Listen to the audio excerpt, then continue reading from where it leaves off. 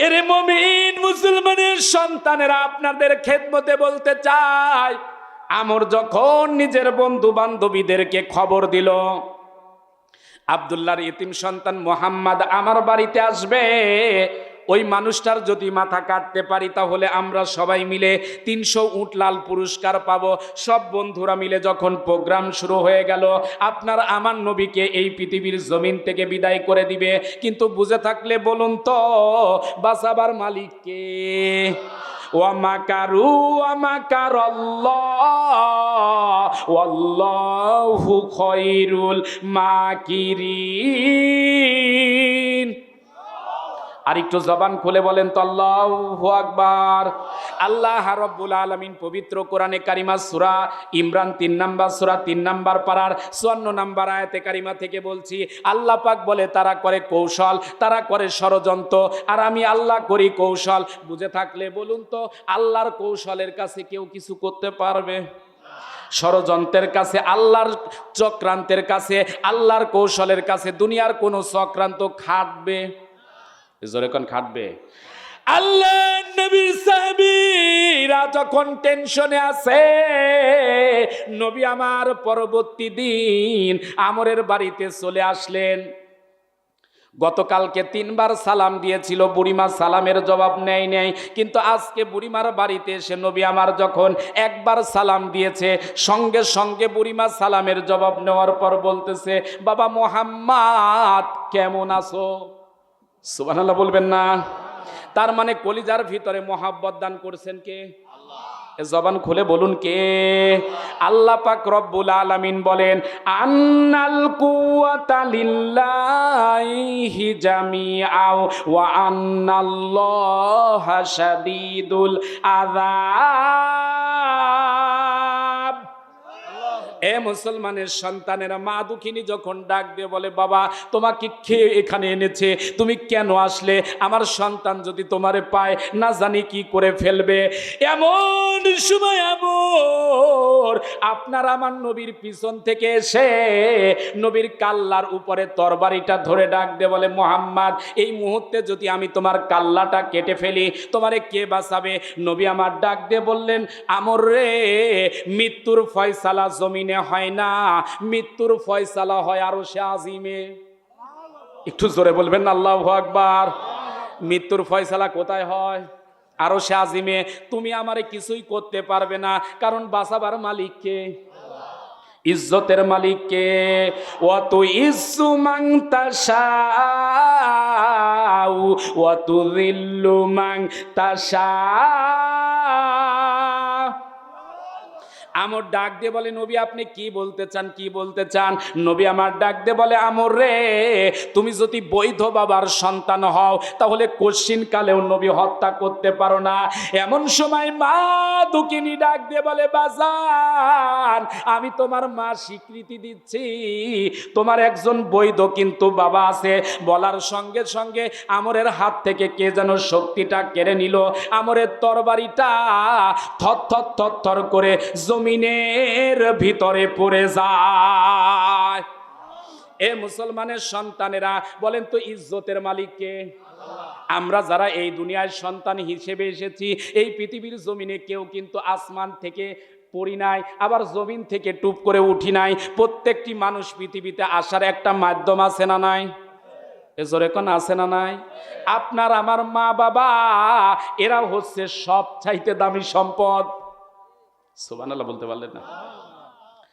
অথচ আমাদের দেশের, আমাদের ঘরের অনেক যুবক আছে, যতদিন বিবাহ না করে ততদিন মা বাবার দাম আছে, বিবাহের পর আর মা বাবার গুরুত্ব দেয় না। কথা কন না কেন? এ যুবক একটুখানি মন দিয়ে শোনেন, আপনি আমি যতই খারাপ হই না কেন, আমার সামনে যারা আছেন হয়তোবা কেউ নামাজ পড়ে, কেউ পড়ে না, কেউ দাড়ি উঠেছে দাড়ি কাটে আর কেউ কাটে না। আমার কত হলো মুসলমান বলে যারা দাবি করি, বলেন তো আমাদের ভিতরে যত মানুষ যত খারাপই হোক না কেন, ফেরাউনের চাইতে কি আমরা খারাপ? কথা একটু বুঝে বলেন। ফেরাউন নিজেকে বলেছিল, আনা রব্বুকুমুল আ'লা, আমি হলাম সবচাইতে বড় খোদা। আমরা কি এরকম খারাপ? না। সেই ফেরাউন এত খারাপ কাজ করার পরও আল্লাহ পাক তারে গজব দেয় না। মুসা নবী একদিন ডাক দিয়ে বলে, আল্লাহ, যে মানুষটা দুনিয়াতে এত তাণ্ডব চালায়, যে মানুষটা এই পৃথিবীর জমিনে এত খারাপই করে, তুমি তো চাইলেই তারে আযাব দিয়ে দুনিয়া থেকে ধ্বংস করে দিতে পারো, কিন্তু দাও না কেন? আল্লাহ নবীর কথা শুনে আল্লাহ পাক বলেন, মুসা নবী, আমি চাইলে তারে ধ্বংস করে দিতে পারি, কিন্তু 4টা কাজ করার কারণে, 4টা কাজ তার ভিতরে থাকার কারণে আমি ফেরাউনকে ধ্বংস করি না, বরং আমি তার হায়াতটাকে বরং আরো লম্বা করে দিয়েছি। আর একটু জোরে কোন সুবহানাল্লাহ। 1 নম্বর কারণ, মুসা নবী ডাক দিয়ে বলে, আল্লাহ, কি 4টি কারণ আমি জানতে চাই, যে 4টি কারণে আপনি গজব দেন না, আমাদের ওই 4টি কারণ জানা দরকার আছে না নাই? 1 নাম্বার কারণ, আল্লাহ পাক ডাক দিয়ে বলে, মুসা রে, তোমার শরীরের ভিতরে তুমি যেমন লম্বা জামা পরো, অর্থাৎ সুন্নাতি জামা পরো, ফেরাউনের দিকে তাকায়া দেখো, ফেরাউনও কিন্তু লম্বা একটা জামা পরে। সুবহানাল্লাহ বলবেন না? তার মানে জামারও একটা প্রভাব আছে না নাই? আপনার শরীরে যদি জুব্বা থাকে, মাথায় যদি টুপি থাকে, মুখে যদি দাড়ি থাকে, ওই মানুষটা যদি সিনেমা হলেও যায়, যারা সিনেমা দেখতেছে ও অন্তত বলবে, মাথার টুপিটা খোল, তারপরে সিনেমা হলে ঢোক, এর আগে ঢুকিস না। কথা কন না কেন? তার মানে ড্রেসের কারণে, পোশাকের কারণে একটা প্রভাব আছে না নাই?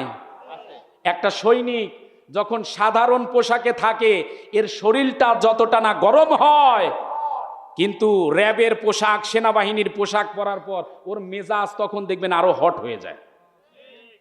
ঠিক তেমনি ভাবে একজন মানুষ মাথায় টুপি, মুখে যদি দাড়ি রাখে, গায়ের ভিতরে জুব্বা পরে, ওই পোশাকের কারণে অনেক গোনা থেকে বাঁচিয়ে আল্লাহ পাক তাকে জান্নাতি হওয়ার পথ সহজ করে দেন।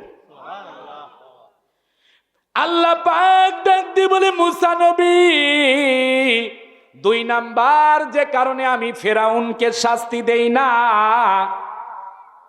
তুমি নিজের দিকে তাকায়া দেখো, তোমার মুখের ভিতরে যেমন সুন্নাতি দাঁড়িয়ে আছে, ফেরাউনের মুখের ভিতরেও দাঁড়িয়ে আছে। সুবহানাল্লাহ বলতে পারলেন না? নবীজি বলেছেন, মান তাসাব্বা বিকওমিন ফাহুয়া মিনহুম, যে যারকে ভালোবাসবে, যে যার সাথে থাকবে, যে যার সহযোগী হবে, কাল হাসরের ময়দান তার সাথে কিয়ামত হবে। সুবহানাল্লাহ বলতে পারলেন না? আল্লাহ নবীজি বলেন, এই পৃথিবীর জমিন আপনাকে আমাকে সারা লাগবে। দেখবেন আপনি, আমি যখন কোনো মানুষ মারা যায়, আমি তো আমার বাস্তব জীবনে দেখেছি, মানুষ মারা গেলে কবরে রাখার সময় আমরা সাধারণত একটা দোয়া পড়ি, বিসমিল্লাহি ওয়া ফি সাবিলিল্লাহি ওয়া আলা মিল্লাতি রাসূলিল্লাহ। দিনাজপুরেও এই দোয়া আছে না নাই? এ জোরে কোন আছে? কবরে রাখার সময় দোয়া করতেছি, বিসমিল্লাহি, আল্লাহর নামে, রসুলের দলে উঠিয়ে দিয়ে গেলাম। কিন্তু যে মানুষটা সারা জীবন রসুলের বিরুদ্ধে কথা বলেছে, আল্লাহর বিরুদ্ধে কথা বলেছে, ইসলামী আইনের বিরুদ্ধে কথা বলেছে, বলেন তো ওই মানুষটাকে কবরে রেখেই দোয়া পড়ে লাভ আছে? না। জোরে কোন আছে? আপনার জীবন, আপনার আদর্শ, আপনার চলাফেরা, আপনার কথা বলা সব যদি আল্লাহ রসুলের জন্য হয়, দোয়া পড়ার সাথে সাথে নবীজি এসে নবীজির কুদরতি কোলে তারে তুলে নেবে। আর একটু জোরে কোন সুবহানাল্লাহ।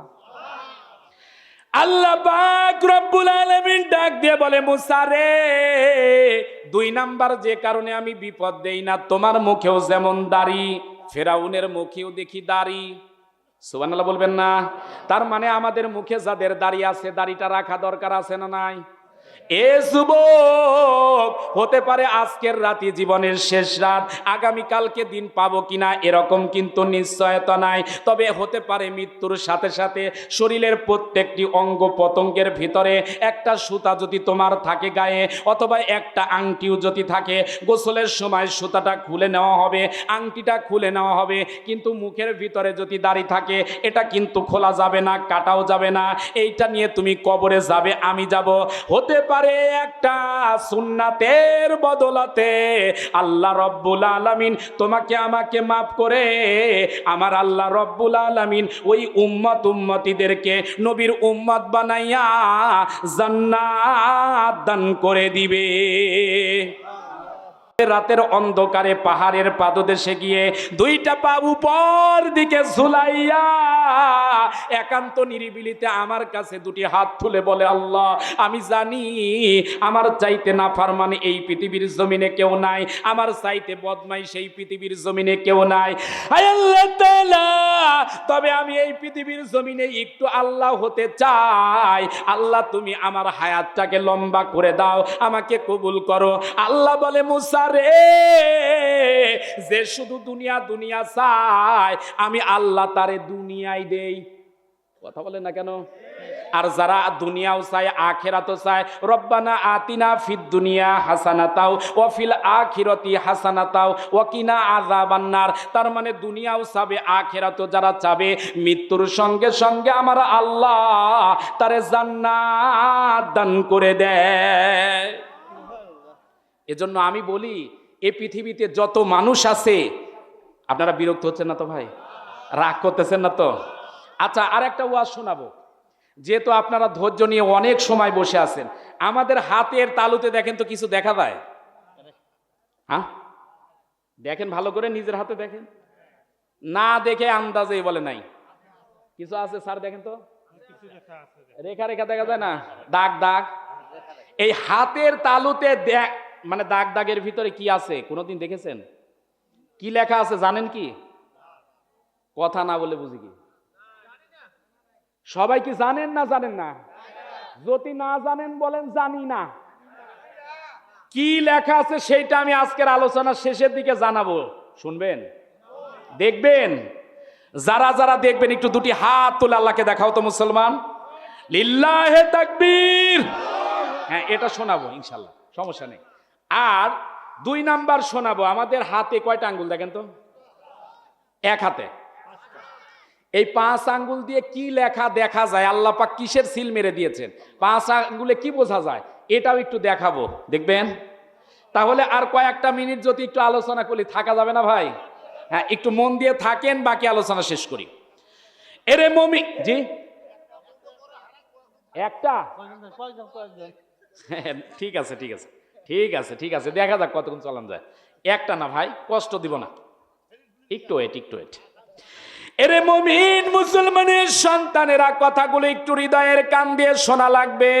আল্লাহ পাক রব্বুল আলামিন ডাক দিয়ে বলে, মুসা রে, 3 নাম্বার কারণ হলো তুমি যেমন তোমার মালিকের ইবাদত করো, ফেরাউনও গোপনে গোপনে আমারে একটুখানি ডাকে।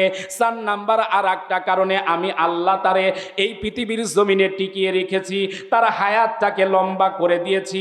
আমি তারে গজব দিব না, এর পিছনে কারণ ফেরাউন বাড়িতে যাওয়ার পর ফেরাউনের ঘরে একজন বিদ্যা মা আছে। কি আছে? একজন বিদ্যা মা আছে। ফেরাউনের বাড়িতে যদি হাজার হাজার দাসী আছে, ফেরাউনের বাড়িতে যদি হাজার হাজার গোলাম আছে, কিন্তু ফেরাউন দাসীকে দিয়ে মার খাবার দেয় না, গোলামের কাছে খাবারটা পাঠায় না, নিজের হাতে খাবার বানাইয়া মায়ের ঘরের কাছে গিয়ে ছোট বাচ্চার মতো দাঁড়িয়ে থাকে। মা যখন খাবার চায়, ফেরাউন ঘরের ভিতরে প্রবেশ করে, মায়ের মুখে ছোট্ট ছোট্ট করে খাবারটা তুলে দেয়। মা দুঃখিনী আস্তে আস্তে চিবিয়ে চিবিয়ে খায়। খাবারটা শেষ হলে আমার দরবারে 2টি হাত বাড়িয়ে বলে, ও আরশের মালিক, আমি জানি আমার সন্তানের চাইতে বেয়াদব আর হয় না, আমার সন্তানের চাইতে নাফরমান আর হয় না। তবে আমার সন্তানকে তুমি যদি গজব দিয়ে মেরে দাও, আমারে কে এই খেদমতটা দিবে? আমাকে কে প্রতিদিন খাবার খাওয়াবে? ও আরশের মালিক, আমার সন্তানের উপরে গজব দিও না। আল্লাহ পাক রব্বুল আলামিন ডাক দিয়ে বলে, মুসা রে, যে মা সন্তানের জন্য দোয়া করে আমি আল্লাহ তারে গজব দেই না। মায়ের এই দোয়ার বরকতে আমি আল্লাহ ফেরাউনের হায়াতটাকে লম্বা করে দিয়েছি। এ মুসলমানের সন্তানেরা, আজকের মাহফিলে যারা এসেছেন বসেছেন, আমি আপনাদের খেদমতে বলতে চাই, আমাদের মা যাদের এখনো ঘরে আছে, অথবা যাদের মা মারা গেছে, যাদের মা বেঁচে আছে, ওই মা বাবার খেদমত করা দরকার আছে না নাই? জোরে কান আছে না নাই? আপনি গুরুত্ব দেন আর না দেন, আমি আপনাকে পায়ে হাত দিয়ে বলে যাই, চাকরিতে মন্দা চলছে, মার কাছে বাবার কাছে দোয়া নেন। আপনার ব্যবসা বরকত হবে। সুবহানাল্লাহ বলতে পারলেন না? চাকরি পাচ্ছেন না, হুজুরের কাছে টাকা দিয়ে ধন না ধরে মায়ের জন্য 5টা আপেল কিনে নিয়ে যে মাকে বলেন, মা এই 5টা আপেল তোমার জন্য নিয়ে এসেছি। মা বাবা যদি কলিজা থেকে দোয়া করে, আল্লাহর কসম করে বলি, আল্লাহর আরশে আজিম খুশি হয়ে যাবে। কারণ মা বাবাকে এখন চিনতে পারছেন না। মা বাবা যেদিন মারা যাবে, মাছ বাবা যেদিন কবরের মাটিতে শুয়ে যাবে, সেদিন বোঝা যাবে মা বাবা কি জিনিস ছিল। কথা কন না কেন? কিন্তু আমাদের দেশে কিছু কুলাঙ্গার আছে, আমি কুলাঙ্গারই বললাম, রাগ করে লাভ নাই, কারণ আমিও তো যুবক। বিয়ের আগে অনেক যুবক আছে মা বাবাকে এত ভালোবাসে, মা বাবা আমাদের এসে বলে, হুজুর আমার সন্তান আমাকে ছাড়া পাগল, আমাকে ছাড়া কিচ্ছু বোঝে না। কিন্তু ওই ছেলেটাই যখন বিবাহ করে, কোন মধু যে পান করে, কোন জায়গায় যে যায় আল্লাহ জানে, এরপর থেকে মা বাবার কাছ থেকে একেবারে ডিলিট হয়ে যায়। কিন্তু আমি বলি, যে বউ ঘরে নিয়ে আসার কারণে মা বাবাকে আজকে ছেড়ে দিয়েছো, মা বাবাকে ছাড়া নতুন করে সংসার পেতেছো, আজকে বাড়িতে গিয়ে একটা ডায়েরি খাতা কিনে লিখে রাখো, আজকে বইয়ের কারণে তুমি সংসার আলাদা করেছো। আগামী সময়ে তোমার সন্তানও একদিন বড় হবে, তোমার সন্তানও একদিন বিবাহ করবে, সে বিয়ে করে তোমাকে রেখে, তোমার স্ত্রীকে রেখে ওই সন্তান আবার সংসার বাঁধবে। কথা কন না কেন? সূর্যকে আপনি যদি লাথি দেখান, সূর্যর কোনো লস নাই, যা লস হবে আপনার নিজের হবে। কথা কন না কেন? আবার শাশুড়িদেরকেও বলি, শুধু বৌমাদের যে দোষ তা না, শাশুড়িদেরও দোষ আছে না নাই? নিজের মেয়ে হাজারো দোষ করলে আপনার দোষ মনে হয় না, পুত্রবধূর যদি একটু দোষ, মানে পানে থেকে চুন খসে, অনেক শাশুড়ি দেখতে পারে না।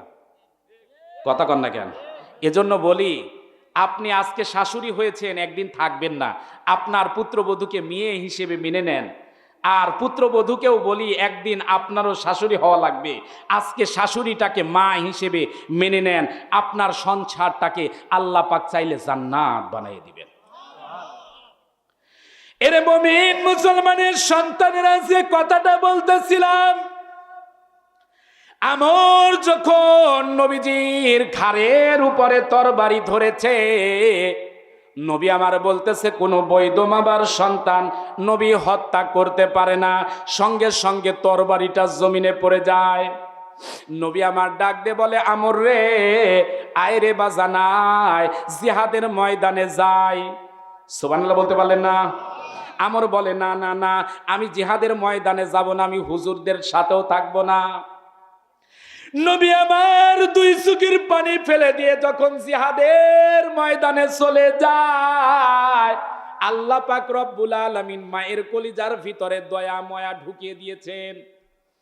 মা দুঃখিনী 2 চোখের পানি ফেলে দিয়ে কান্দে, ডাক দিয়ে বলে, আমর রে, আজকে যে নবী তোর বাড়ি থেকে চলে গেল, ওই নবী যদি উহুদের ময়দানে কোনো ক্ষত বিক্ষত হয়, ওই নবী যদি উহুদের ময়দানে ক্ষতিগ্রস্ত হয়, আমি মা তোরকে কথা দিলাম, তোরে ওসিয়ত করলাম, আমি মা কিন্তু তোকে আর আমার এই সোনা মুখটা দেখাবো না। আমি যদি মারাও যাই, আমার মুখ তুই মৃত্যুর সময় দেখতে পারবি না। বলেন তোর সন্তানের কাছে মা যদি এই ওসিয়ত করে, বলেন তোর সন্তান হিসেবে বিপদ আছে না নাই? আমর ডাক দে বলে, মা আমার সংসারে কেউ নাই, তুমি একমাত্র মা, তোমাকে নিয়েই আমার দুনিয়া, তোমাকে নিয়েই আমি দুনিয়াটা সুন্দর করে সাজিয়েছি। ও মা, এমন ওসিয়ত করো না, তুমি কেন আমারে এমন ওসিয়ত করলে? মা দুঃখিনী বলে, যে মুহাম্মদ এই পৃথিবীর জমিনে দিন প্রচার করতে চায়, যে নবী এই পৃথিবীর জমিনে কোরআনের রাজ কায়েম করতে চায়, আমি ওই নবীর প্রেমে পড়ে গেছি, আমি চাই ওই নবীর দিন বিজয় হোক। একটু জোরে বলবেন না সুবহানাল্লাহ? আমর কিছু কথা না বলে বাড়ি থেকে বের হয়ে চলে যায়। রাস্তায় দিয়ে গিয়ে দেখে ছোট্ট ছোট্ট মাসুম বাচ্চারা প্রতিদিন মদিনার অলিতে গলিতে খেলা করে। আজকে ছোট্ট ছোট্ট মাসুম বাচ্চারা মদিনার অলিতে গলিতে খেলা করে না, দুই চোখের পানি ফেলে ফেলে কান্দে। আবার ডাক দিয়ে বলে, তোমরা কেন খেলাধুলা করো না? কেন মদিনা শরীফের বুকে বসে দাঁড়িয়ে তোমরা দুই চোখের পানি ফেলে দিয়ে কান্দো? ছোট্ট বাচ্চারা ডাক দিয়ে বলে, আমর শুধুমাত্র ছোট্ট হওয়ার কারণে নবীর সাথে জিহাদের ময়দানে যেতে পারি নাই, কিন্তু তোমার মতো যদি হতাম অবশ্যই জিহাদের ময়দানে যেতাম। এ আমর, এখনো কি তোমার ঘুম ভাঙলো না? এখনো কি ইসলামের জন্য মন কাঁদে না? এখনো কি ইসলামের পতাকাটা উড়াতে চায় না? ও আমর, ইসলামের জন্য যদি তুমি দাঁড়িয়ে যাও, আল্লাহ পাক তোমার সম্মান মর্যাদা ইজ্জত বাড়িয়ে দিবে। আমরা আর থাকতে পারিনি, পাহাড়ের পাদদেশে চলে গেল। পাহাড়ের পাদদেশে যাওয়ার পর তাকায় দেখে উট দুম্বা গাদাগুলো ঘাস খায় না। আজকে মুখটা কেন যেন উপর দিকে তাকিয়ে আছে, দুই চোখ দিয়ে ঝরঝর করে পানি পড়তেছে। আমর চিন্তা করে, হায় হায়, মক্কা মদিনায় কি হয়ে গেল? আজকে উট দুম্বা গাদা ঘাস খায় না, ছোট্ট ছোট্ট মাসুম বাচ্চারা কথা শোনে না। কি হয়েছে, কি হয়েছে? এমন সময় ওই উট দুম্বা গাদাগুলো আসমানের দিকে তাকাইয়া মালিকের কাছে ডাক দিয়ে বলে, মালিক, সারা জীবনে কোনো আরজি করি নাই, ও দয়ার সাগর আল্লাহ, একটুখানি কি জবানটা খুলে দিতে পারেন না? আমি আমরের সাথে কথা বলবো। বলেন তো, আল্লাহর কাছে চাওয়ার মতো যদি চাইতে পারেন, সব কিছু করার মালিক কে? মানলাহুল মাওলা ফালাহুল কুল। আল্লাহ পাক নবীজি বলেছেন, কোন মানুষ যদি আমার আল্লাহর গোলাম হয়ে যায়, গোটা পৃথিবীর যত সৃষ্টি মাখলুকাত আছে, মুহূর্তের ভিতরে আমার আল্লাহ তার গোলাম সব কিছুরে বানায়া দেয়। উর্দুম্বা গাদাগুলো আসমানের মালিকের দিকে তাকায়া কাঁদতেছে। আবার আল্লাহ যেন ওই সময় যেন জালালিয়াত যেন জারি হয়ে গেল। উর্দুম্বাগুলো মানুষের মতো তাকায়া ডাক দে বলে, আমর রে, আর কত ঘুমাবি রে আমর? এখনো কি নবীর প্রেম তোর কলিজার ভিতরে জাগে নাই? আমর রে, ছোট্ট বাচ্চারা কান্দে, আমরা পশু পাখি, আমরা আল্লাহর সৃষ্টি মাখলুকাত কান্দি। আজকে উহুদের ময়দানে যদি নবীর ক্ষতি হয়, হাসরের ময়দানে কি জবাব দিবি, কি জবাব দিবি? আমরা দাঁড়ায় থাকতে পারিনি, বাড়িতে এসে নবীর কথা শুনে, ছোট্ট বাচ্চাদের কথাগুলো শুনে, উট দুম্বার গাদাগুলোর কথা শুনে মার কাছে এসে বলে, মা গো, আপনার কাছে আমার আরজি, জিহাদের ময়দানে যেতে চাই, একটুখানি নাস্তার ব্যবস্থা করে দেন। মা দুকিনি সামান্য নাস্তা মুখে দিয়ে দিল। আমর এমন সময় নাস্তার অর্ধেকটা খেয়ে জিহাদের ময়দানে ছুটে ছুটে চলে যাচ্ছে। নবীর দরবারে যাওয়ার পর, উহুদের ময়দানের কাছে যাওয়ার পর নবীকে ডাক দিয়ে বলে, নবী গো, উহুদের ময়দানে এসেছি, নবী গো, দয়া করে আমারে আপনি জিহাদের অনুমতি দেন। এমন সময় নবী আমার ডাক দিয়ে বলে, আমর রে, জিহাদের ময়দানে যুদ্ধ করতে যাবি যা, তবে আমার হাতে হাত রেখে কালিমা পড়ে মুসলমান হয়ে যা। আল্লাহ পাক যদি চায়, আজকে যদি জিহাদের ময়দানে শহীদ হোস, কথা দিলাম রে আমর, আমি নবী সুপারিশ করে তোরে আল্লাহর জান্নাতে নিয়ে যাব। এরে মুমিন মুসলমানের সন্তানেরা রে, নবীর হাতে হাত রেখে আমর যখন কালিমা পড়ে মুসলমান হয়ে গেল, জিহাদের ময়দানে যাওয়ার পর সবাই মিলে যুদ্ধ করতেছে। এক সময় আমরও শহীদ হয়ে গেল। শহীদ হওয়ার পর নবী আমার ডাক দিয়ে বলে, ও সাহাবীরা রে, কয়জন সাহাবী আজকে জিহাদের ময়দানে শাহাদত বরণ করেছে? একটু সংখ্যাটা গণনা করো। সাহাবীরা গণনা করতেছে, 1 2 3 4 5, এভাবে গণনা করতে করতে 69 পর্যন্ত দাঁড়িয়ে যায়। কি সমস্যা আপনাদের? একটু কথা বলা যাবে না ভাই, একটু চুপ থাকে। আমর এমন সময় ডাক দিয়ে বলে, নবীর দরবারে আমর যখন শাহাদত হয়ে গেছে, নবী আমার সাহাবীদেরকে ডাক দিয়ে বলে, সাহাবীরা রে, আমর ইবনে সাবেতের ব্যাপারে তোমাদের কি মন্তব্য? বলে জানি না। নবী আমার বললেন আজকে কতজন শাহাদত বরণ করেছে? তারা বলল 69। কিন্তু জিব্রাইল আমিনের মতো দামি ফেরেশতা এসে ডাক দিয়ে বলে, নবী গো,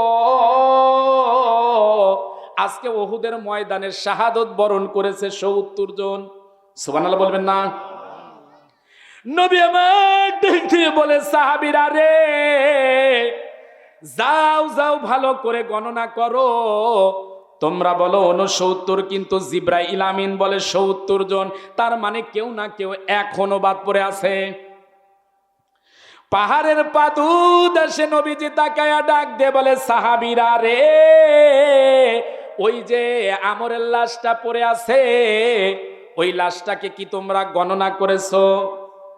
হযরতে ওমর ডাক দিয়ে বলবেন, নবী গো, ওরে কেন গণনা করব? ও তো জাহান্নামী, ও কাফের।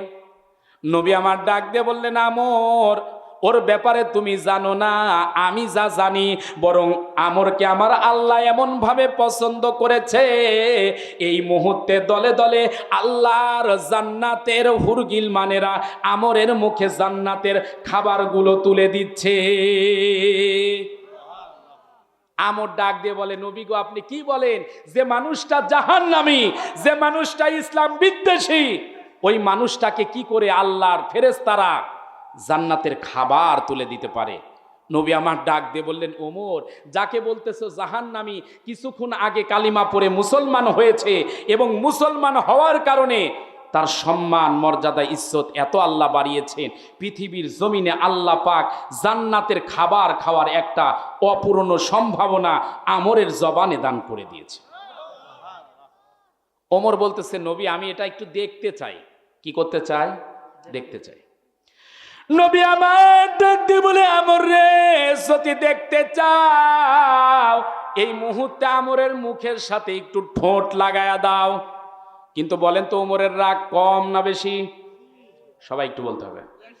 কেমন বেশি? যে রাস্তা দিয়ে ওমর হেঁটে যায়, ওই রাস্তা দিয়ে 40 দিন পর্যন্ত শয়তান যায় না। একটু সুবহানাল্লাহ বলতে পারলেন না? তার মানে হুজুরের দাম আছে না নাই? আর আমাদের দেশে কিছু মানুষ আছে তো, হুজুরদের দেখলে গায়ের মধ্যে মনে হয় অ্যালার্জির মতো চুলকায়। এ কথা কন না কেন? হুজুর যদি জোরে যায়, কিছু মানুষ বলবে নিশ্চিত হুজুর দাওয়াত পেয়েছে। আর যদি হুজুর আসতে যায়, বলে কি খাওয়া খেয়েছে। তার মানে হুজুর আসতে গেলেও বিপদ, জোরে গেলেও বিপদ, আছে না নাই? কিন্তু এ সমাজের ভিতরে ভালো মানুষ, চরিত্রবান মানুষ বলে যদি কেউ থেকে থাকে, আলেম ওলামা, হুজুর, মসজিদের ইমাম, মসজিদের খতিব, হাফেজে কোরআন, এতে কি কোনো সন্দেহ আছে? এ জোরে কোন সন্দেহ আছে? অথচ স্কুলে যে মানুষটা চাকরি করে, এর বেতন প্রতি বছরে বাড়ে।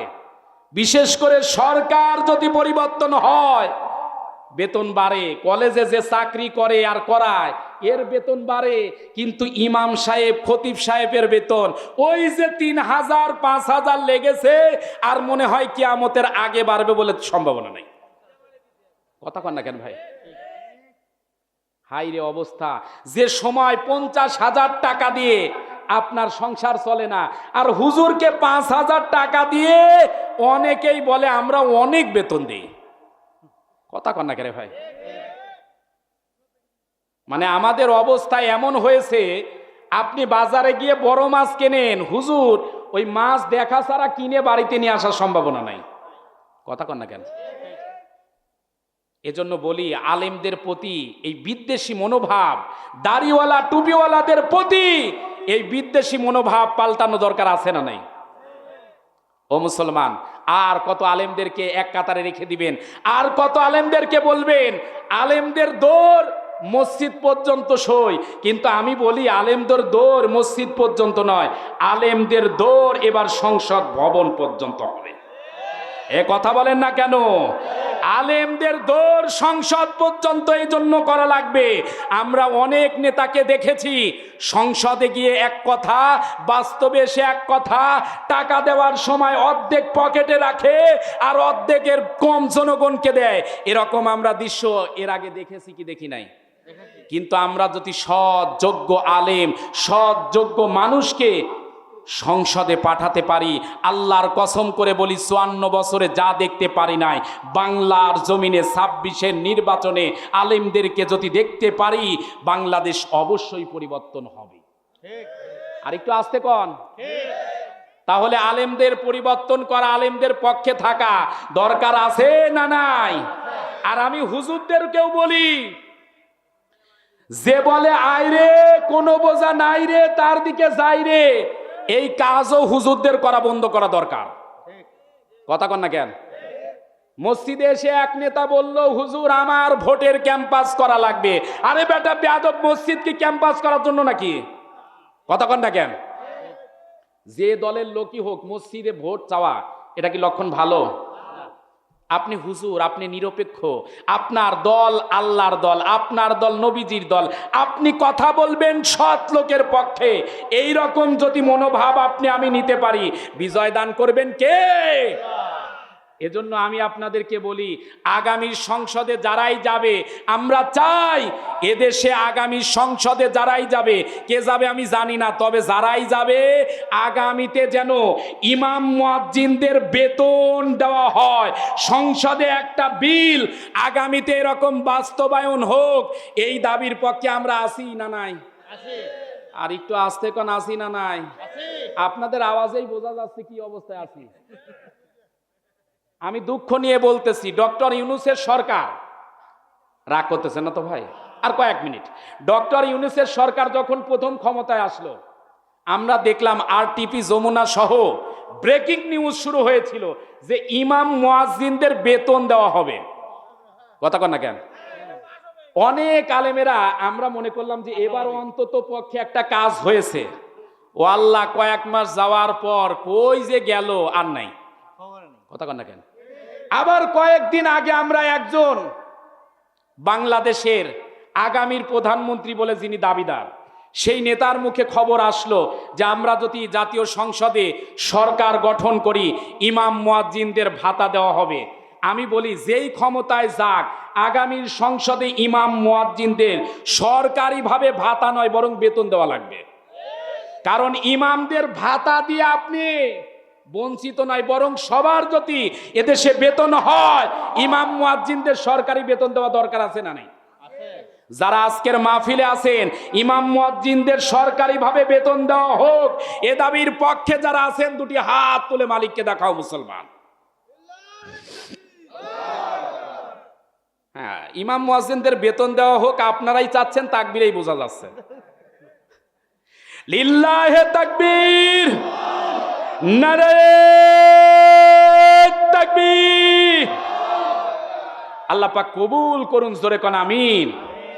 এরে মুমিন মুসলমানের সন্তানেরা, আমর ইবনে সাবেত এমন সময় জিহাদের ময়দানে যখন শাহাদত বরণ হয়ে গেল, নবী আমার ডাক দিয়ে বলে, ওমর রে, যদি দেখতে চাও আমরের শাহাদত সত্যিকার অর্থে কেমন হয়েছে, তাহলে তার মুখের সাথে মুখ লাগিয়ে দেওয়া লাগবে। এমন সময় ওমর আমরের মুখটা, ছোট্ট ঠোঁটটা মুখের ভিতরে নিয়ে ছোট্ট বাচ্চার মতো যখন চুমু খেতে লাগলো, ছোট্ট বাচ্চার মতো মুখটাকে যখন চুষতে শুরু করলো, নবী আমার ডাক দিয়ে বলে, ওমর বারবার এমন কেন করছো?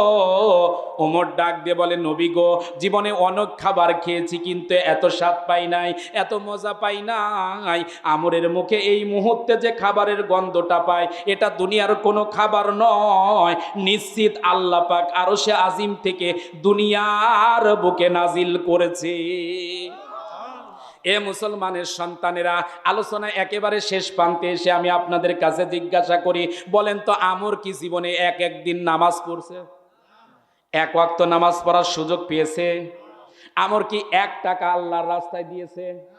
আমর কি জীবনে একদিনের জন্য রোজা রাখার সময় পেয়েছে? জীবনে একদিন নামাজ পড়ার সুযোগ পাই নাই, এক টাকা আল্লাহর রাস্তায় দেওয়ারও সুযোগ পাই নাই, কিন্তু কি কাজ করলো হৃদয় থেকে বোঝার চেষ্টা করুন। ইসলামের বিজয়ের জন্য আমর সিদ্ধান্ত নিল জীবনটাকে আল্লাহর জন্য কোরবানি করে দিব, জীবনটাকে আল্লাহর জন্য অক্ফ করে দিব। ইসলামের বিজয়ের জন্য যদি ওমর যদি জীবনটা দেওয়ার কারণে আল্লাহ পাক জীবনের সব গুনাহগুলো মাফ করে দিতে পারে। এ মুসলমানের সন্তান, আজকে আপনি আমি যারা ময়দানে এসেছি, আজকে আপনি আমি যারা মসজিদের বসি, আজকে আপনি আমি যারা আজকের এই তাফসিরুল কোরআনের মাহফিলে এসেছি, যদি সিদ্ধান্ত নিতে পারি আগামীর ইসলামের বিজয়ের জন্য আমার এই জীবনটাকে দরকার হলে ওয়াকফ করব, আগামীর ইসলামের বিজয়ের জন্য আমার এই জীবনটাকে কোরবানি করব, আল্লাহর জন্য, দিনের জন্য, ইসলামের বিজয়ের জন্য জীবনটাকে যদি বাজি রাখতে পারি, জীবনের গুনাহ থাক আর যাক, আল্লাহ চাইলে সব কিছু মাফ করে আমাদেরকেও জান্নাত দিতে পারেন কে? এজোরে কান দিতে পারেন কে? তাহলে শেষ মুহূর্তে আজকের মাহফিল থেকে বলতে পারি, জীবনের যতটুকু সময় আছে আল্লাহর জন্য সময় দেওয়া যাবে কি যাবে না? আমরা কি দেওয়ার জন্য প্রস্তুত আছি মুসলমান? এই মুহূর্তে বলতে চাই, ও মুসলমান, গোটা বিশ্বে স্লোগান উঠেছে goodbye socialism, goodbye nationalism, welcome আল ইসলাম, no east no west, Islam is the best. সুতরাং আগামীকালের সূর্যোদয় যেমন সত্য, আজ হোক কাল হোক ইসলামের বিজয় হবে তার চাইতেও সত্য। সুতরাং আগামীর বিজয় ছিনিয়ে আনার জন্য যদি ডাক আসে, মাথায় কাপনের কাপড় বেঁধে ময়দানে যদি রক্ত দেওয়া লাগে, কারা কারা রক্ত দিতে রাজি আছো মুসলমান? শেষ বেলায় আল্লাহকে হাত তুলে দেখিয়ে দাও। কই তাকবীর?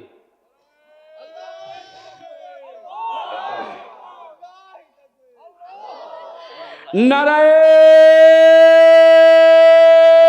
তাকবীর, নারায়ে তাকবীর।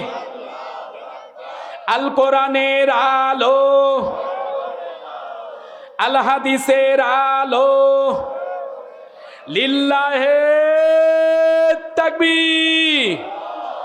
মুমিন তো কখনো মাথা নত করে না, হোক না সে বন্দী কারাগারে। মুমিন তো কখনো মাথা নত করে না, হোক না সে বন্দী কারাগারে। আল্লাহর ভালোবাসা যে পেয়েছে, রুকবে বলো তারে কেমন করে? মুমিন তো কখনো মাথা নত করে না, হোক না সে বন্দী কারাগারে, হোক না সে বন্দী কারাগারে। লিল্লাহে তাকবীর, লিল্লাহে তাকবীর। আজকের মাহফিল লিল্লাহে তাকবীর। মাহফিল কমিটির লোক কারা শেষ করে দেই নাকি? জি জি,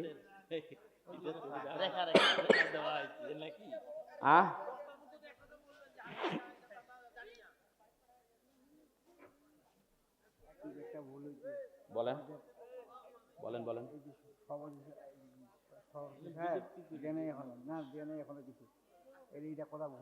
আচ্ছা আচ্ছা আচ্ছা, সেটা দেখ।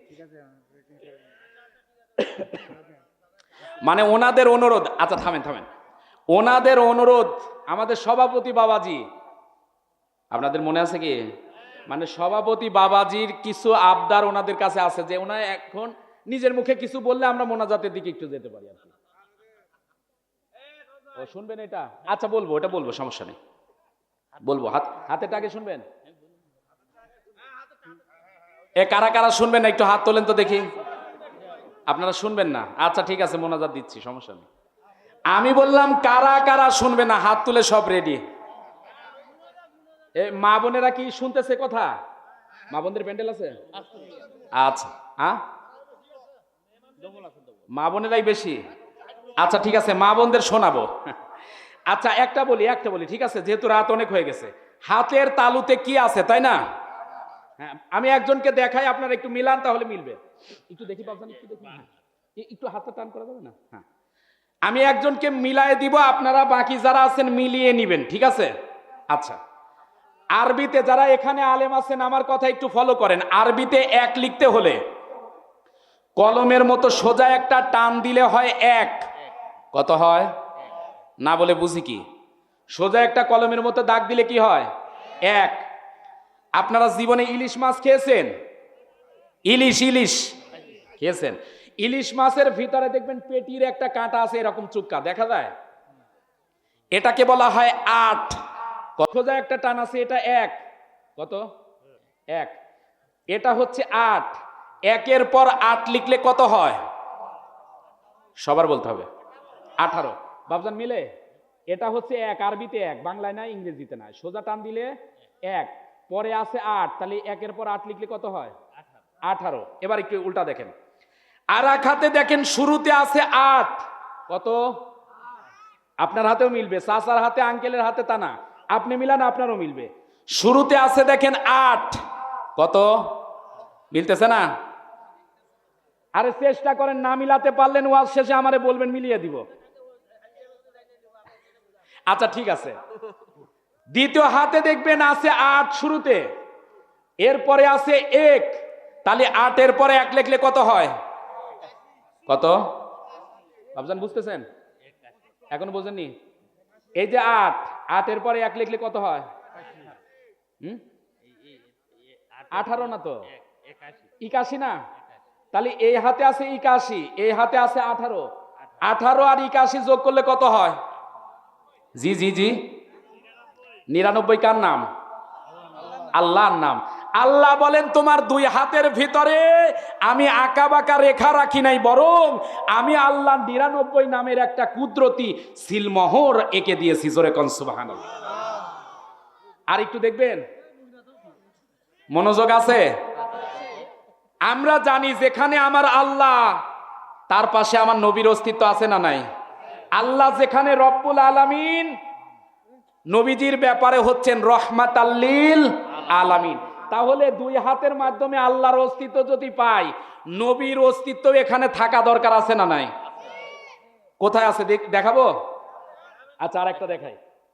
এক হাতে বলেছিলাম 81, তাই না? আর এই হাতে বলেছিলাম কত? তাহলে 81 থেকে এবার 18 বিয়োগ করেন তো কত হয়? 81 থেকে 18 বিয়োগ দিলে কত হয়? কত? 63। আপনার আমার নবী এই পৃথিবীর জমিনে বেঁচে ছিলেন কতদিন? আল্লাহ পাক বলেন দুই হাতের সিলমোহর দিয়ে যদি যোগ করো, আল্লাহ পাক আমার অস্তিত্ব খুঁজে পাবে। আর যদি 81 থেকে যদি আবার একটুখানি বিয়োগ করো, আমার নবীর 63 বছরের কুদরতি জীবন আমি আল্লাহ এই আঁকা বাঁকা রেখার ভিতরে লুকিয়ে রেখেছি। আর একটু জোরে কান সুবহানাল্লাহ। এ মুসলমান, আল্লাহ কত বড় কুদরতওয়ালা, আর একটু বলবো? এ নাক কয়টা? নাক নাক নাক একটা। নাক একটা, তাহলে নাকের ছিদ্র দুইটা কেন? প্রশ্ন আছে না নাই? যেহেতু রাত হয়ে গেছে, এখন আর ভঙ্গিমা করব না, সরাসরি বলি যে আল্লাহ পাক, জি জি জি,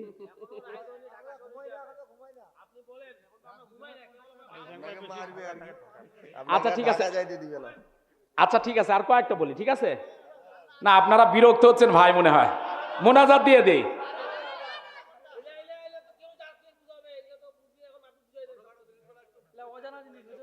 আচ্ছা আচ্ছা, দুইটা বোঝাবো, ঠিক আছে, সমস্যা নেই, বোঝাচ্ছি। আচ্ছা বোঝাচ্ছি রে ভাই, আপনাদের মনোযোগ থাকলে দুইটা বোঝাবো, সমস্যা নেই। আর একটা বলি, এই নাক কয়টা আমাদের? সবাই না বললে বুঝি কি? নাক একটা। নাকের ছিদ্র, যে আল্লাহ নাক দিয়েছেন একটা, কান দিয়েছে দুইটা, তাই না? এই নাকের ছিদ্র আল্লাহ যদি একটা দিত তাহলে হতো না? কেন দুইটা দিয়েছে? এটা সহজভাবে বোঝা যায় এই শীতের মৌসুমে। আমি যখন সর্দিজনিত কারণে দেখবেন নাকটা বন্ধ হয়ে যায়, দেখবেন নাকের একটা ছিদ্র বন্ধ হয়ে গেলেও কুদরতি মালিক আর একটা ছিদ্র খুলে রেখে আপনাকে আমাকে নিঃশ্বাস নেওয়ার রাস্তা সহজ করে দেন। আর একটু জোরে বলবেন না সুবহানাল্লাহ? আর একটা কুদরত মালিকের বলি, এই যে চোখ, আপনি আমি যখন ঘুমাতে যাই, সারাদিন চলতে ফিরতে দেখবেন চোখে কোনো ময়লা নেই, কিন্তু রাতে ঘুমাতে গেলে সকালে উঠে দেখবেন চোখের কোনায় ময়লা। এটা কি আমার হয় না আপনাদের হয়? সবারই হয়। এই ময়লাটা কোথা থেকে আসে? প্রশ্ন আসে না? উত্তর, যেহেতু সময় নেই এজন্য উত্তরে দিচ্ছি সরাসরি। সারাদিন চলতে ফিরতে আপনার আমার হাজারো জীবাণু, হাজারো রোগ ব্যাধি, হাজারো প্রয়োজন আপনার আমার চোখের ভিতরে প্রবেশ করে। কুদরতওয়ালা মালিক বলে, চোখের ভিতরে আমি একজন কুদরতওয়ালা ফেরেশতা রেখেছি। এই ফেরেশতা এক ফোঁটা চোখের ভিতরে কুদরতি পানি দিয়ে সারা রাত রিপেয়ারিং করে ওই ময়লাটাকে চোখের কোনা দিয়ে বের করে আমি আল্লাহ বান্দা তোমাকে সুস্থ এবং সবল রেখে দেই। তার মানে আপনি আমি যতই আল্লাহকে না মানি, যতই আল্লাহকে সেজদা না দেই, আল্লাহ বলে আমি তোমার এমন মালিক, এমন কুদরতওয়ালা মালিক, আমি তোমাকে চাই বান্দা তুমি সুস্থ থাকো, ভালো থাকো, যার জন্য আল্লাহ পাক আমাদেরকে এখনো বাঁচিয়ে রেখেছে। আর একটু জোরে বলবেন না সুবহানাল্লাহ? আর একটা বলবো, এটাই শেষ, এরপর আর বলবো না, ঠিক আছে? না না, আরে একটা বলবো। একদিনে এত বললে আবার নেশা লেগে যাবে, এরকম বলবে যে হুজুর ওয়াজের বাদ দিয়ে এইরকম ওয়াজই শুনবো। আরেকটা বলি শোনেন, আপনারা ছাগল চেনেন? ছাগলের কয় পা? 4 পা, মাথা একটা। কুকুরের কয়টা পা? 4টা, মাথা। মানে কুকুরও যেমন ছাগলও অনেকটা কি একই রকম, কিন্তু ছাগলের গোশত খাওয়া হালাল করেছেন কে? আর একটু আস্তে কন। কুকুরের গোশত হারাম করেছেন কে? এখন বিষয় হচ্ছে যে আল্লাহ ছাগলের গোশত হালাল করলেন আর কুকুরের গোশত হারাম করলেন, এর পিছনে একটা কারণ আছে না? কি কারণ? মেডিকেল সায়েন্স সহ আপনি এই ওয়াজগুলো কিন্তু পাবেন না।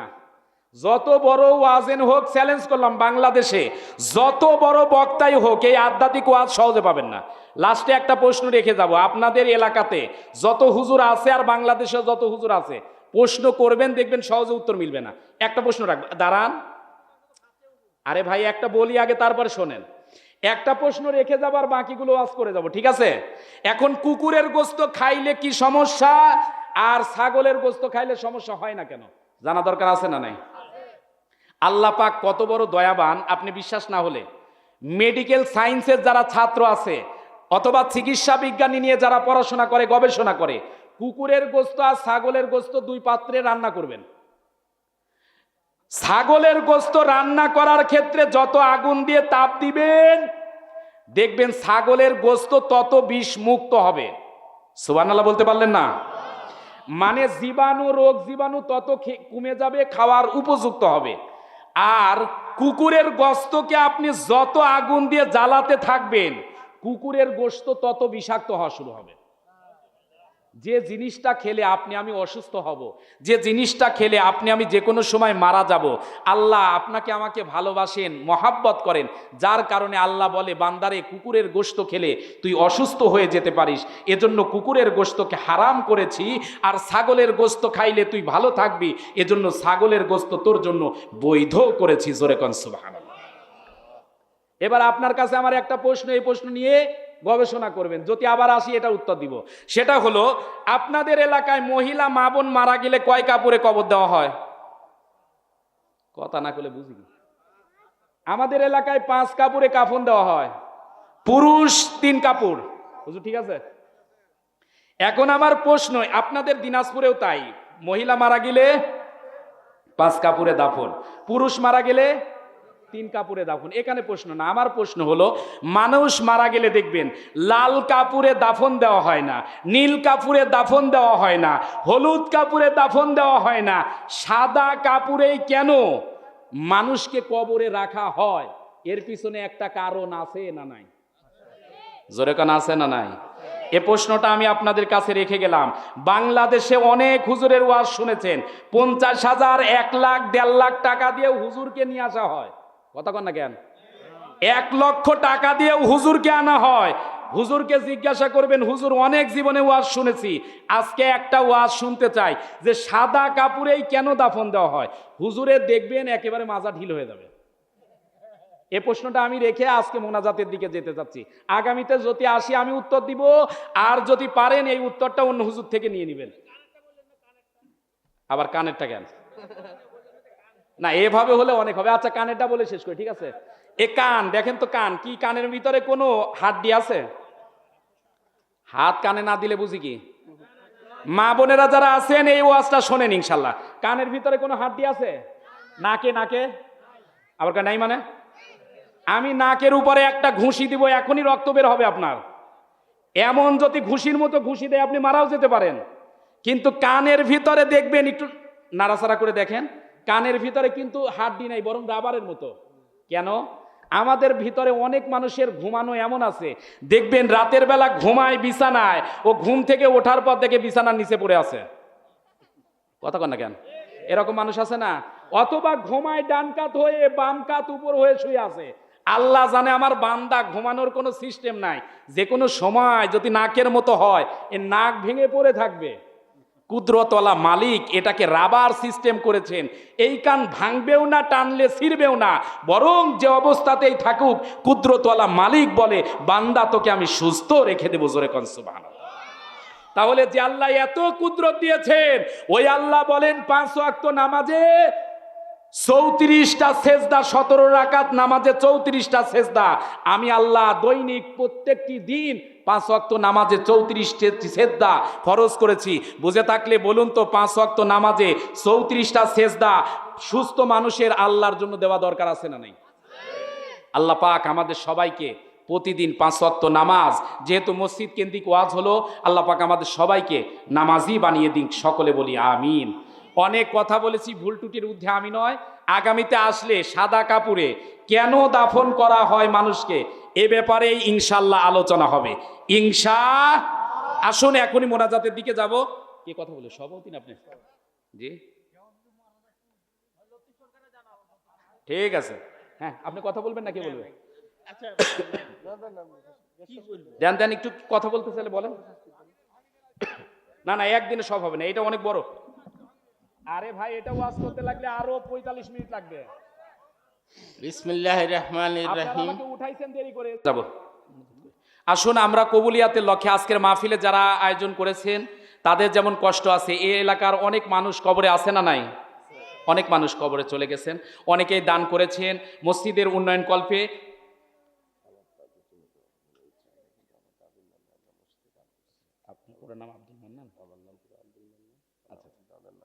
আচ্ছা ঠিক আছে, জি জি ইনশাল্লাহ ইনশাল্লাহ। আমরা দোয়ার দিকে এখনই যাচ্ছি। সকলে সূরাতুল ফাতিহা একবার পড়ি, কয়েকবার দরুদ শরীফ পড়ি ইনশাল্লাহ।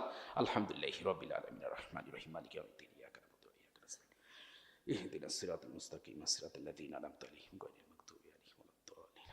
আল্লাহুম্মা সাল্লি আলা সাইয়্যিদিনা মাওলানা মুহাম্মাদ ওয়া সাল্লিম। আল্লাহুম্মা সাল্লি আলা সাইয়্যিদিনা মাওলানা মুহাম্মাদ ওয়া সাল্লিম। আল্লাহুম্মা সাল্লি আলা সাইয়্যিদিনা মাওলানা। সম্মানিত হাজিরিন, এখনই দোয়ার দিকে যাচ্ছি। আমরা আসুন আল্লাহর দরবারে হাত উঠাই। তাহাজ্জুদের মুহূর্তে যার যত দুঃখ কষ্ট বেদনা আছে সব কিছু যেন আমরা আল্লাহকে বলতে পারি, কারণ আল্লাহ পাক আমাদের যে কোনো সময় মৃত্যু দিবেন। দয়া করে আমরা চাইবো আল্লাহ মাটির কবরে যাওয়ার আগে আল্লাহ আপনি আমাদের পরিপূর্ণ মুসলিম হিসেবে মাটির কবরে যাওয়ার তৌফিক দান করুন। সকলে বলি আমিন। এ মাহফিলের যারা আয়োজন করেছেন কমিটির উপরে আল্লাহ পাক যেন খাস রহমত নাজিল করেন। সকলে বলি আমিন। আজকের মাহফিলের সভাপতি সাহেব আমি মনে করি অনেক ভাগ্যবান, অনেক ভালো মানুষ। অনেক সভাপতি আছে আলোচনা চলতে চলতে মাঝখান দিয়ে উঠে চলে যায়, কিন্তু আজকের সভাপতি অনেকটা বয়স হয়ে গেছে, তারপরও উঠে যাওয়ার আমি নামগন্ধ দেখলাম না। বরং নবীজির কথা যখন বলছিলাম 2 চোখ দিয়ে পানি পড়তেছিল। নবীর মহাব্বতে যারা 2 ফোঁটা চোখের পানিও আজকের মাহফিলে ফেলেছেন, আল্লাহ পাক যেন ওই 2 ফোঁটা চোখের পানির ওসিলায় আজকে যেন মাহফিলটাকে কবুল করে নেন। সকলে বলি আমিন। সম্মানিত মা বোনেরাও যারা এসেছিলেন তাদের জন্য দোয়া করছি। আল্লাহ পাক মা বোনদেরকে আম্মাজান আয়েশা সিদ্দিকা, রাবিয়া বুসরির মতো আল্লাহর ওলি হিসেবে কবুল করুন। জোরে কোন আমিন। আল্লাহুম্মা আমিন। রব্বানা যালামনা আনফুসানা ওয়া ইল্লাম তাগফির লানা ওয়া তারহামনা লানাকুনান্না মিনাল খাসিরিন। রব্বানা আতিনা ফিদ দুনিয়া হাসানাতাও ওয়া ফিল আখিরাতি হাসানাতাও ওয়া কিনা আযাবান নার। হায় আল্লাহ তাআলা, দিনাজপুর জেলার সদর থানার অন্তর্গত আল্লাহ মসজিদের উন্নয়ন কল্পে আজকের মাহফিল থেকে আপনার বান্দাদেরকে সঙ্গে নিয়ে আল্লাহ গভীর রজনীতে দুটি হাত ফকিরের মতো বাড়িয়ে দিয়েছি রে আল্লাহ। হায় আল্লাহ তাআলা, মাগরিব থেকে শুরু করে তাহাজ্জুদের মুহূর্ত পর্যন্ত আলোচনা কোরআন হাদিস থেকে হয়েছে। ভুল ত্রুটিগুলো ক্ষমা করে দিয়ে যা কিছু হাদিয়া দাও, মেহেরবানি করে সোনার মদিনায় নবী পাকের রওজা মুবারকে পৌঁছিয়ে দেন। তামাম পৃথিবীর মাটির নিচে যত মুমিন মুমিনাত তিনখানা অথবা পাঁচখানা কাপড় নিয়ে শুয়ে আছে, মেহেরবানি করে প্রত্যেকের আরো আপাকে সবটুকু পৌঁছিয়ে দেন আল্লাহ। হায় আল্লাহ তাআলা, না জানি কখন মালাকুল মউত আজরাইল মাথার কাছে এসে উপস্থিত হয়ে যাবে আল্লাহ। কে ধনী কে ফকির কোনো বিচার থাকবে না। ঘর থেকে টেনে হেসড়ে বের করে শুকনা কাটনির উপরে শুয়াইয়া বড়ই পাতার গরম জলে গোসল করাইয়া সাদা ওই মার্কিনের চকলেটের মতো কাপড় দিয়ে পেঁচাইয়া মাঠের ভিতরে নিয়ে জানাজা নামাজ পড়াইয়া বাঁশবাগান অথবা পুকুরের ধারে জীবনের মতো শেষবার দাফন করে রেখে আসবে, আর কোনো দিন বাড়ি ফেরা হবে না। ও কবরের যাত্রীরা, অনেক সময় কথা বলেছি, হেসেছেন, অনেক সময় আনন্দ পেয়েছেন।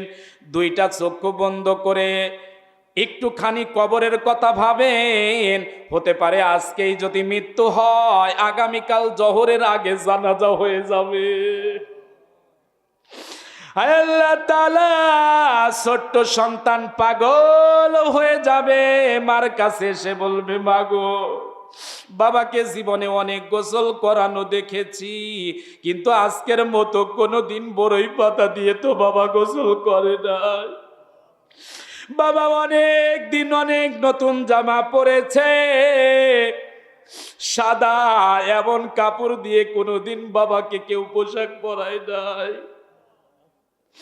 মা দুঃখিনী কথা বলতে পারবে না, পাগলের মতো হয়ে যাবে। হায় আল্লাহ তাআলা, এমন একটা দৃশ্য আমাদের প্রত্যেকের বাড়ি একদিন ঘটবে। ওই দিনটা আসার আগে আপনি আমাদের জিন্দেগির তামাম গুনাহে মাফ করে দেন আল্লাহ। আল্লাহ আপনি মাফ করে দেন আল্লাহ। আজকের মাহফিলের সভাপতি সাহেবের নেক হায়াত বাড়ায় দেন আল্লাহ। আলহাজ মোহাম্মদ রেজাউর রহমান, আল্লাহ ওনার নেক হায়াত বাড়ায় দেন আল্লাহ।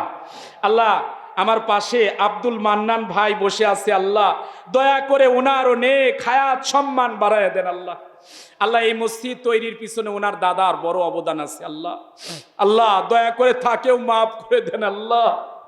আজকের মাহফিলের বিশেষ আমন্ত্রিত মেহমানগণ, আল্লাহ যারা বক্তা হিসেবে এসেছিলেন, সম্মান মর্যাদা ইজ্জত বাড়িয়ে দেন আল্লাহ। এই মুহূর্তে আমার ডানে বামে সামনে পিছনে আল্লাহ আপনার অনেক ভালো ভালো বান্দারা বসে আমিন আমিন করতেছে আল্লাহ। আল্লাহ আমি যদি নাম ধরে বলতে যাই আল্লাহ রাত শেষ হয়ে যাবে, তবুও নাম বলা হবে না। আপনি সব জানেন, কুদরতওয়ালা মালিক। আল্লাহ দয়া করে আপনার জিম্মাদারিতে এদেরকে রেখে যাচ্ছি আল্লাহ। আল্লাহ নেক হায়াত সম্মান বাড়ায় দেন আল্লাহ। আল্লাহ আজকের মাহফিলে হাজার হাজার টাকা যারা দান করলো, আল্লাহ জায়েজ তরিকা সকলের আশাগুলো কবুল করে নেন আল্লাহ। হায় আল্লাহ তাআলা, মসজিদের সভাপতি, সেক্রেটারি, কেশিয়ার সহ সকল দাতা সদস্যের উপরে আপনার খাস রহম নাজিল করেন আল্লাহ। হায় আল্লাহ তাআলা, এ দিনাজপুরের মাটিতে মাঝে মাঝে আসা হয়, আজকে যাদের আয়োজনে এসেছি আল্লাহ, আল্লাহ হাফেজ জাহাঙ্গীর হুজুর সহ আল্লাহ যারা আমার সাথে যোগাযোগ করে আসার রাস্তাটাকে সহজ করলো, আল্লাহ এদের উপর বারাকা দান করেন আল্লাহ। আমার সামনে এখন বসে যারা আল্লাহ আপনার দরবারে হাত তুলে আমিন আমিন বলতেছে, আল্লাহ আমি গুনাহগার হতে পারি, কাবার মেহমানদেরকে নিয়ে হাত তুলেছি আল্লাহ। অনেক হাফেজে কোরআন হাত তুলেছে, অনেক আলেম ওলামা হাত তুলেছে আল্লাহ। যার হাতখানা পছন্দ হয় ওই হাতের ওসিলায় আপনি আমাদের জিন্দেগির তামাম গুনাহে মাফ করে দেন আল্লাহ। আল্লাহ আমাদের মধ্যে যত মানুষ অসুস্থ বিমারি আছে দয়া করে শেফায়ে আজেলা কুল্লিয়া দারাজ করে দেন আল্লাহ। হায় আল্লাহ তাআলা, আপনার দরবারে খাস করে দোয়া চাই, পর্দার আড়ালে মা বোনেরা দীর্ঘ রাত পর্যন্ত কোরআন হাদিসের কথা শুনেছে। আল্লাহ মা বোনদেরকে আম্মাজান আয়েশা সিদ্দিকা রাবিয়া বুসরির মতো বানায়া দেন আল্লাহ। আল্লাহ রোগ ব্যাধি থাকলে দূর করে দেন আল্লাহ। যে সকল মায়েরা সন্তান পায়নি, আল্লাহ সন্তান পায়নি, সন্তান হয়নি, দয়া করে কুদরতওয়ালা মালিক একটা সন্তান দিয়ে মাদের কলিজা ঠান্ডা করে দেন আল্লাহ। হায় আল্লাহ তাআলা, আজকের মাহফিলকে কবুল করে নেন আল্লাহ। যে মসজিদের উন্নয়নের কল্পে মসজিদের মাহফিল, আল্লাহ এই মসজিদটাকে আপনি আপনার ঘর হিসেবে সুন্দর করে সাজিয়ে দেওয়ার তৌফিক দান করে দেন আল্লাহ। হায় আল্লাহ তাআলা, আপনি আজকের মাহফিল কবুল করে নেন। কয়েকটা সেকেন্ড ছেড়ে দিলাম, যার যে দুঃখ কষ্ট আছে চক্ষুটা বন্ধ করে একটু আল্লাহর কাছে বলেন, আল্লাহর কাছে বলেন। আল্লাহ আল্লাহুম্মা ইন্নী আসআলুকা বিআন্নী আশহাদু আন্নাকা আনতাল্লাহ লা ইলাহা ইল্লা আনতা আল আহাদুস সামাদ আল্লাযী লাম ইয়ালিদ ওয়া লাম ইউলাদ ওয়া লাম ইয়াকুল লাহু কুফুয়ান আহাদ। আল্লাহ আপনার নবীজি বলেছেন ইসমে আজম পড়ে দোয়া করলে দোয়া কবুল করা হয়। আল্লাহ আল্লাহ সেই দোয়াটা পড়লাম, দয়া করে আজকের মাহফিলকে কবুল করে নেন আল্লাহ। ইয়া যাল জালালি ওয়াল ইকরাম, ইয়া যাল জালালি ওয়াল ইকরাম, ইয়া হাল্লালাল মুশকিলাত, ইয়া হাল্লালাল মুশকিলাত, ইয়া মুজিবুদ দাওয়াত, ইয়া হাইয়্যু ইয়া কাইয়্যুম। সুবহান রাব্বিকা রাব্বিল ইজ্জাতি আম্মা ইয়াসিফুন ওয়া সালামুন আলাল মুরসালিন ওয়ালহামদুলিল্লাহি রাব্বিল আলামিন। ওয়া জাল আখির কালিমাতিনা ইনদাল মাউতি লা ইলাহা ইল্লাল্লাহু মুহাম্মাদুর রাসূলুল্লাহ। আসসালামু